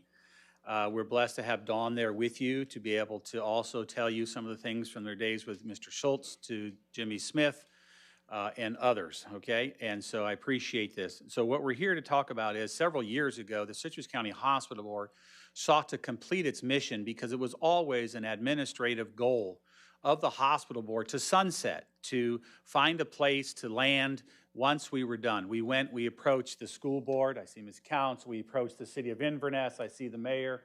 And we also approached the county. And as much as I love everybody that's here, we didn't feel it at the time. And our notion of sunsetting was not accepted because the hospital district was still in quite a bit of litigation and things of that nature, resolving things from the transition in 2014. So having said all that, we had sought out in June of this year to again begin the process because we resolved the last piece of litigation that we had with the Agency for Healthcare Administration. I want to make sure that everybody in this room knows that the Citrus County Hospital Board since 2013 has run in the black. We have not, we went with Senator Dean, we met with Governor Scott, and we were able to get a bill that was passed, Your Honor, excuse me, Mr. Representative. I'm in the middle of the trial, but and so we were able to get to a point where we wanted to make sure that we eliminated the capacity of the 3 mills taxing that the Citrus County Hospital Board had. At that point, Representative, I want to make sure you know that the status of the, at that time, was a junk status for the existing bonds that we had, which were almost $59 million. We were upside down. We were teetering on the brink of bankruptcy. We were able to right the ship. We were able to host four suitors. We were able to select and get Senator Dean and Governor Scott and Representative Smith to run a bill to be able to partner with a for-profit entity. What did that do? That empowered the hospital district through the leadership of everyone in this community to be able to eliminate the hospital board tax and then put this on a for-profit role where that entity now pays property tax to Citrus County. What was the impact of that? Through the leadership of Dr. Rao, Michael Smallridge, Debbie Ressler, and Mark Fallows, the 4 chairmen during my time, what they did was they increased the credit worthiness and reduced the interest rate for all the other taxing districts. When they disembarked me and made me go to New York and see Fitch and Moody's and go through this, I got an education on how this worked. It was one of the biggest successes of my career. But let me make sure you know one of the biggest failures and why today is so important. One of the biggest failures of my career is when this community, between the Citrus Memorial Health Foundation and Citrus County Hospital, spent $13.5 million in legal fees. That's one of the biggest failures that we were unable to resolve it. And this has powered the hospital board to be able to make sure that everything it did was done for taxpayer worthiness and that they stand as a testament of how agencies should run, and ours is in the black. In the master agreement that we negotiated with HCA, Your Honor, Mr. Representative, what we did was it's a 1,600-page document that's going to take literally months to renegotiate. So part of this whole process is with HCA. So HCA has been a very good corporate partner with us since 2014. They've invested capital improvements in the tune of over $100 million into the property that the Citrus County Hospital has leased them for 50 years since 2014. And contained in the 4 corners of this, there's an ongoing requirement and passion that the trustees had that they articulated and reduced to writing. The biggest of those is being that back in the day, before I was ever thought about, our forefathers came up that they wanted women to be able to birth their youngins in Citrus County and not have to travel to Brooksville and Ocala to birth, where at that time was the nearest hospitals and labor and delivery wards. So the first building at Citrus Memorial Hospital is Building D, which today still is the labor and delivery building. And memorialized in that document is to make sure that our women folk can birth their youngins in Citrus County in perpetuity. And that's one of the requirements that the trustees endorsed and memorialized in writing. So there are several things that we continue to have to do. I want to tell Mr. Representative, it was music to my ears when you told me that the county was now open and others were open to this, because we've been received with much more openness to resolve it. The Citrus County Hospital Board has over 12 million, right at plus or minus. I'm not the accountant, but I know it's 12 million bucks plus or minus. It's more than 1,000, so that's a lot of money to me. So at the end of the day, the taxpayers' monies, and I want to make sure that the representative knows, has been in the black and is projected to remain in the black through this fiscal year. We have retained Baker Donaldson, which is Ashby Burks. He is the lawyer who put together the 1,600-page document and he's in Nashville, where HCA's international headquarters are. And that process, I want to let you know, at the last hospital district meeting, they retained Representative Burks, Attorney Burks, for this purpose, and they're starting that process. The Citrus County Hospital Board is one of the largest landowners in this community. I can't even tell you how many parcels. It's contained in a book, all the land that the hospital district preserves for the integrity of the taxpayer. So that process is under. It's going to take, he's estimating mid-December. I know that you articulated you wanted us to be done October 31st of next year. So I've given him that, and I will keep you up to date. I'm going to set up, what's that? What was that?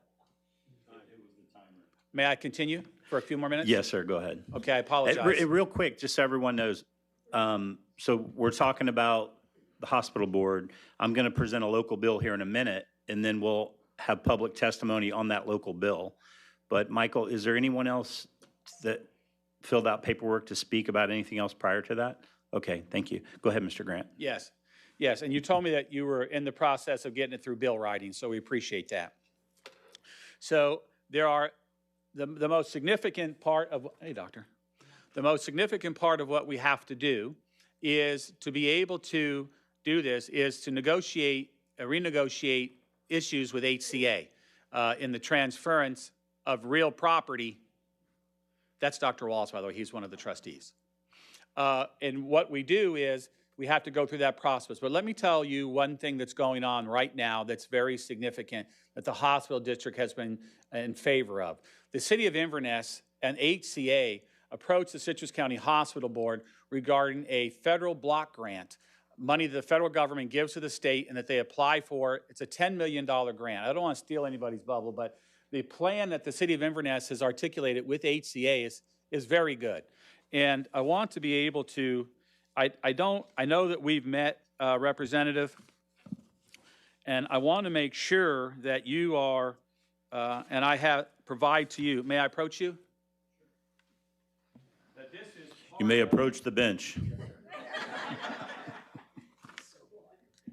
And so that is part of, at the bottom right-hand corner, articulates some $10 million of improvements. But what that doesn't articulate is the rest of the plans that the city has for the hospital board property, which includes envisioning the capacity both from stormwater runoff, impervious service, all of the things that we need to address, making sure that another tower can have a capacity for a parking garage, things that really, what that rendition does there shuts down Osceola, increases the capacity for parking. It opens the state up, the opening to Seminole onto the hospital board campus, which, as you know, is fairly large. And it's an excellent rendition. The hospital district did a letter of intent that we did file with them, that we submitted. Our letter of intent was dated September 25th, and these discussions are ongoing. So I want to let you know that all of this is undergoing. I'm going to share more information as I understand it with you. That's our promise. I wanted to make sure that you are well aware of those and the community. Last is we're hoping that you support some fashion with President Henningsen, the College of Central Florida. The hospital district did a match. We've endowed up to $25.3 or $4 million so that every Citrus County citizens, anyone in our community that decides to go to nursing school, tuition is free, and they will actually give you a stipend to attend. That program is really ramping up, and when I say $25 million, we did it and it was matched. We did matching funds that they got from the government. I think it totaled like $25 million. And so we're looking for allied health services because we've identified a need here for three principal things that we need as we sunset. We need to be able to have additional respiratory therapists. We need additional EMTs and paramedics. And we have a dire need for a child psychiatrist in our community, which is going to be very difficult. We've discussed it with HCA and others.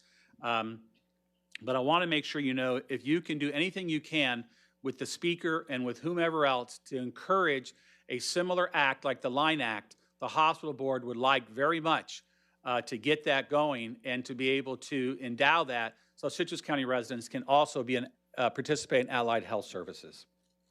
In conclusion, we're going to be meeting with you and Dr. Fallows and to be able to articulate some of this, and I look forward to receipt of the local bill for our input, additional input. Great, thank you, Mr. Grant. And I take my hat off and salute the hospital board and all the work that's done, has been done over the years, and the investment that's been made into healthcare into the county with funds that came from that lease.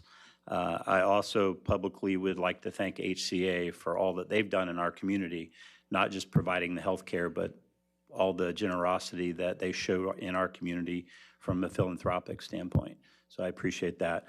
What we're going to do right now, we have no more public input, anyone wishing to speak on anything else.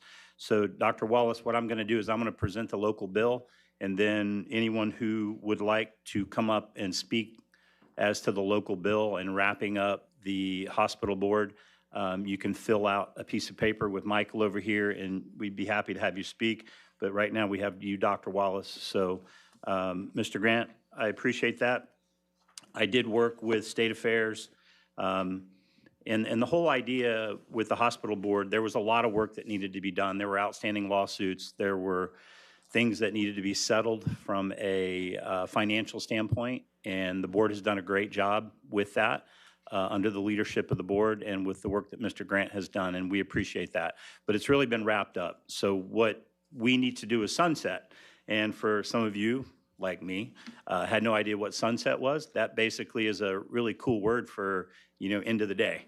So that's really what we're going to do. So I'm going to put on my lawyer cap, Mr. Grant, and read this local bill.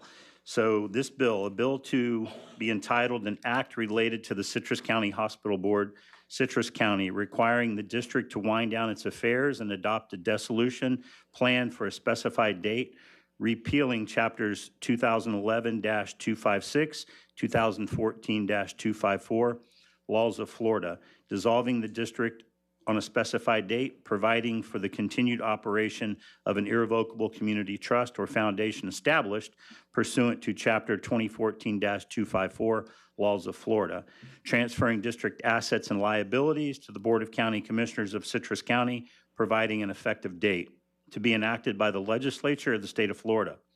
Section 1, effective upon this act becoming a law, the Citrus County Hospital Board shall wind down its affairs, included but not limited to adopting a dissolution plan that includes satisfying all of its obligations and indebtedness and making provisions for the use of any remaining assets of the district, included but not limited to distributions to the irrevocable community trust or foundation created pursuant to chapter 2014-254, laws of Florida.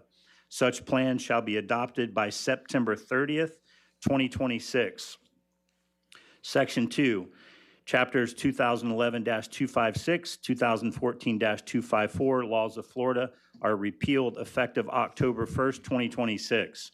Section 3, notwithstanding any law to the contrary, the Citrus County Hospital Board is dissolved effective October 1st, 2026. Section 4, notwithstanding the repeal of Chapter 2014-254, laws of Florida by this act, an irrevocable community trust or foundation established pursuant to Chapter 2014-254, laws of Florida may continue to operate as otherwise provided by general law. Section 5, and the last one I promise. Notwithstanding any law to the contrary, effective October 1st, 2026, all assets and liabilities of the Citrus County Hospital Board are transferred to the Board of County Commissioners of Citrus County. All assets received by the Board of County Commissioners pursuant to this section shall first be used to satisfy all liabilities of the former district received pursuant to this section. All assets remaining after the satisfaction of the former district liabilities shall be used by the Board of County Commissioners in accordance with a dissolution plan adopted by the Citrus County Hospital Board of Trustees before October 1st. Provided such plan is consistent with chapters 2011-256 and 2014-257 laws of Florida, this act shall be effective and become a law. You said 257? I don't recognize that number. 254. 254, thank you. Yep, yep. So that is the local bill. What I'd like to do now is open it up for public comment. We're going to start with Dr. Wallace. May I have a copy of that, or should I get Oh, that? I'll get you a copy of it. All right, thank you Yeah, very much. yeah. Listen, Mr. Grant knows this. There's a lot of work left to be done. This isn't like a stamp. There's a lot of work that has to be done between the county, the Charitable Foundation Board, the county commissioners. I saw Steve Howard sneak in here a minute ago, the county administration. So there's a lot of work that'll need to get done, and I appreciate the fact that the board and you, Mr. Grant, are willing to do that work. Dr. Wallace, you're recognized. Thank you, Mr. Grow. Fantastic work that you've just described. Just a moment to comment on the excellent leadership that Mr. Grant has shown in directing this project for the last really 15, 16 years. And to bring it to the point of dissolution shows extraordinary leadership for the community. And thank you for stepping in the last year. Obviously, with the bill that's presented, it requires further judgment on the part of the hospital board to review this directive and its consequences. I was hoping that we could invite you perhaps to come to the hospital board and perhaps give us a little bit of direction as to what the changes are expected to accomplish. I am not an attorney. I'm not sure what these legislative changes will in fact accomplish. I was going to point out one concern that I have having to do with the danger of directing county resources that have taken care of pension funds and sick babies to taking care of the county's roads instead. And I'm sure that's not your intention with the local bill. I have a couple of proposals here for expenditure of funds on my own pet project. The hospital board knows about the project that we've followed for 5 years now, funding care of non-insured patients. It's called the Doctors Free Clinic. If you're interested in it, I can summarize it here. If you'd like me to come forward and give it to you, I'd like you to see it. This is for uninsured patients between the ages of 18 and 64. They have no insurance. They have no way of taking care of themselves other than to go to the emergency rooms in the hospital. And now what we're seeing is that the emergency rooms are really not providing ongoing medical care. Can I come forward, sir? Thank you.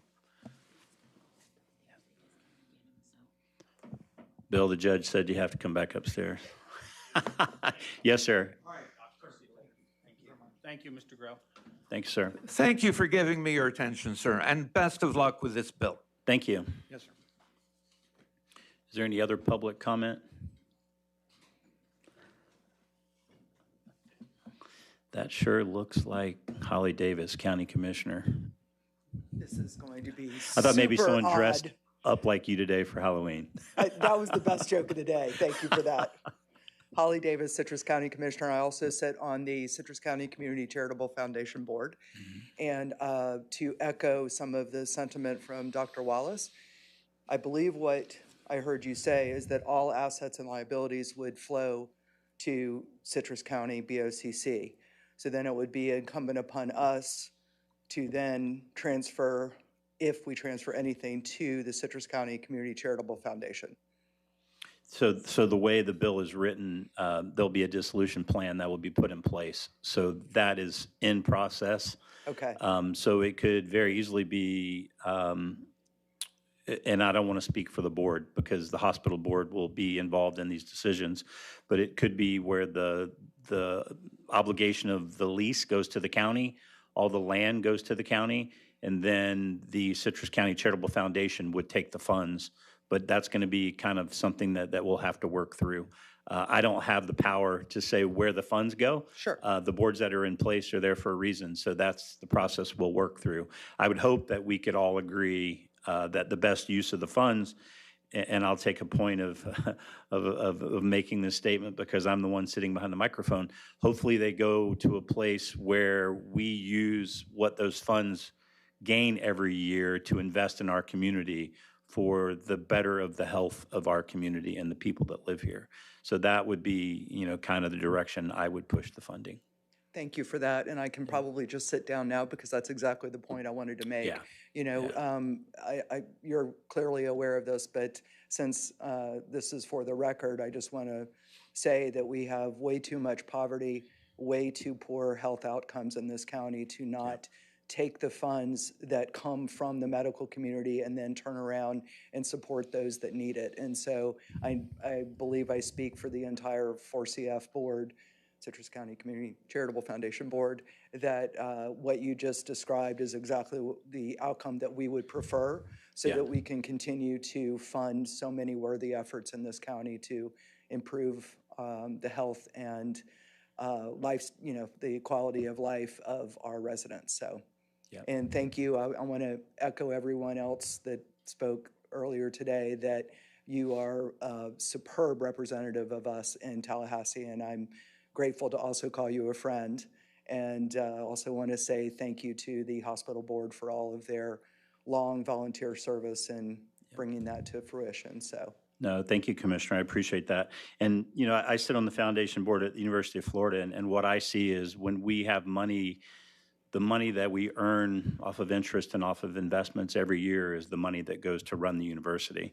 So the main amount of money continues to grow, the principal continues to grow, and I think that is what I would envision here. But again, the hospital board, will have an opportunity to decide exactly what we're going to do, but that would be the voice that I will be sharing.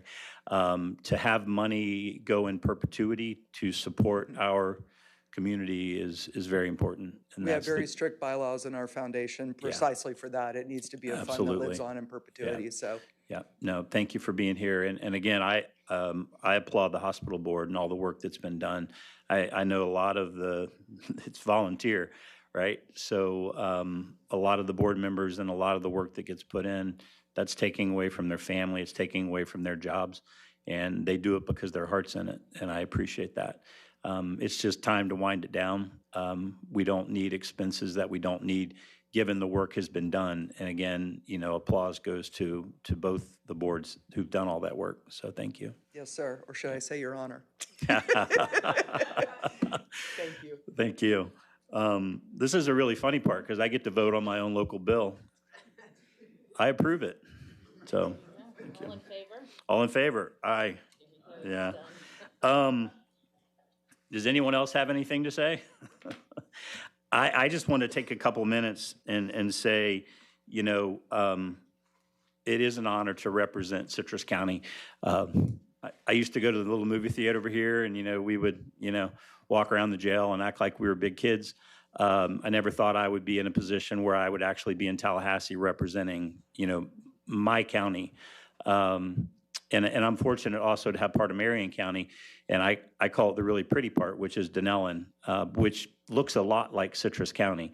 So I'm excited to be able to go to Tallahassee and represent folks.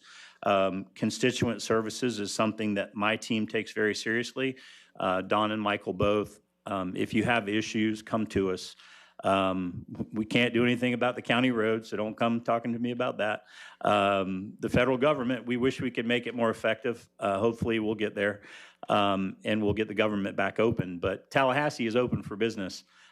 We started committee meetings a couple weeks ago. I'll go up this Sunday, and we'll have a week long of committee meetings, and we'll work to get things done for the folks here in this county. As far as balance is a big thing that we all look at in this state, but particularly in this county. We have development that's happening. The lady that spoke about the rural and family lands, listen, we got to keep farming that land because people have to eat. So I appreciate conservation, and I want to make sure that we're protecting our sensitive conservation areas. That's a commitment that I made when I was running for office. I sit on the National Wild Turkey Foundation Board. We take care of about 10 million acres of conservation land in the United States.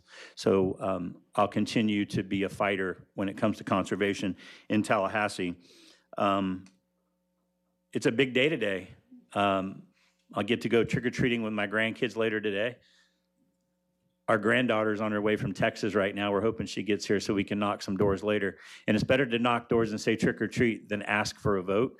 So we're excited about that. And for those Gator fans here, we got to beat the Dogs tomorrow. Go Gators. So we're excited about that. And again, Gene's back there throwing a Seminole slant to the whole thing. I don't even know who you guys play tomorrow. It doesn't really matter. But again, I appreciate the relationship that I have with all the folks in this county. Seriously, whether it's the school board, the sheriff's department, the county commission, the clerk's office.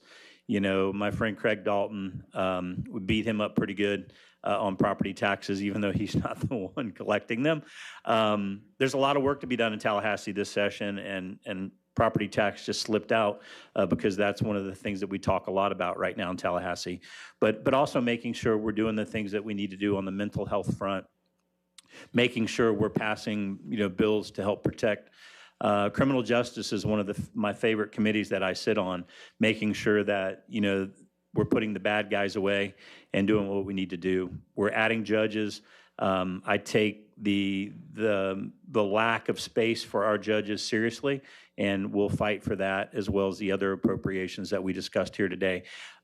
Michael is going to be working hard to make sure we get the appropriations put in on time, and then we'll be coming back to you to make sure everything gets signed off on and gets put in at the proper time with the state of Florida. So with that, I appreciate you being here. I appreciate you taking part in the process. My door is always open. I think most of the people in this room have my cell phone number. We'll continue working hard for the citizens in Citrus County. So thank you so much for being here. With that, we are adjourned.